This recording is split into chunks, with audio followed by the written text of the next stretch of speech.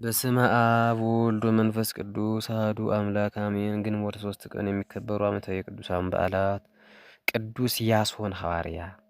ባለንበት ዘመን አሳዛኝ ከሆኑ ነገሮች አንዱ የቅዱሳን ስማቸው ከነስራቸው መዘንጋቱ ነው። ለቅድስት ቤተ ክርስቲያን ደማቸው እንዳልፈሰሰ አጥንታቸው እንዳልተከሰከሰ ይኸው አስታዋሽ አጥተው ስማቸውም ተዘንግቶ ይኖራል። አንዳንድ ንፉቃን ደግሞ መናፍቃን ከዚህ ብሶ ጭራሹን ኦርቶዶክስ ተዋሕዶ ስለ ክርስቶስ ትታ ስለ ቅዱሳኑ ብቻ ተሰብካለች ይላሉ። በእጅጉ ከሚያሳዝኑ ነገሮች አንዱ የቅዱሳን ሐዋርያት የ120 ቤተሰብ መዘንጋት ነው።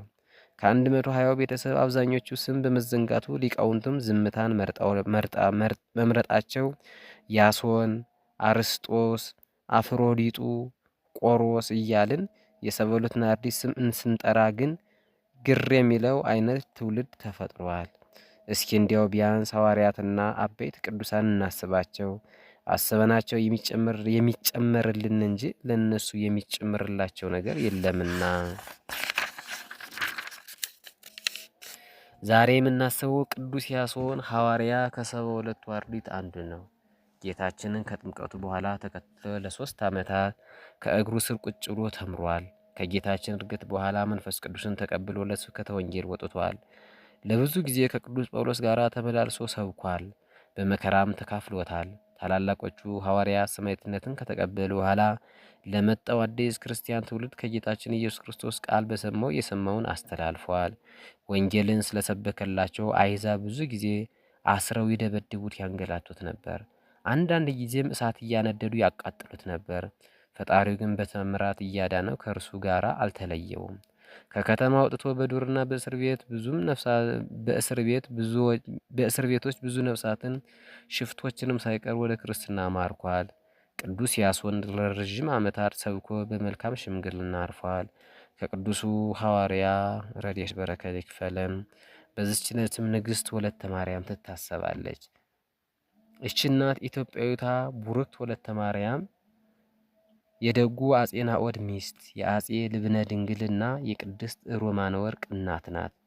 በንግሥትነት በቆየችባቸው ዘመናት ማለትም ከ1487 እስከ 1500 ዓመተ ምህረት የረሃብ ጊዜ በመሆኑ ብዙ ሕዝብ አልቆ ነበር። ቡርክት ወለተ ማርያም ከጾምና ከጸሎት ባሻገር የተራቡትን በማብላት ብዙዎችን ታድጋለች። የንጉሥን ቤተሰብ ወደ መልካም ክርስትና በመምራትም የተመሰገነች ነበረች። በዚህ ቀን አርፋለች። አምላካችን ከቅዱሳኑ በረከት አይለየን። በዚህች ዕለት ቅዱስ ያሶን ሐዋርያ ከ72ቱ አርድእት አንዱ፣ አባ ብሶይ ሰማዕት፣ ቅዱስ አብሳዊዮስ ቀሲስ፣ ቡርክት ወለተ ማርያም ንግሥት የአጼ ልብነ ድንግል እናት ይታሰባሉ። ሰብአውን በደስታ ተመልሰው ጌታ ሆይ አጋንንት እንኳን በስምህ ተገዝተውልናል አሉት። እንዲህም አላቸው፣ እነሆ እባቡና ጊንጡን ትረግጡ ዘንድ በጠላትም ኃይል ሁሉ ላይ ስልጣን ሰጥቻችኋለሁ። የሚጎዳችሁ ምንም የለም። ነገር ግን መናፍስት ስለተገዝቱላችሁ በዚህ ደስ አይበላችሁ፣ ስማችሁ ግን በሰማያት ስለተጻፈ ደስ ይበላችሁ። የቅዱስ ሉቃስ ወንጌል ከምዕራፍ 10 ከቁጥር 17።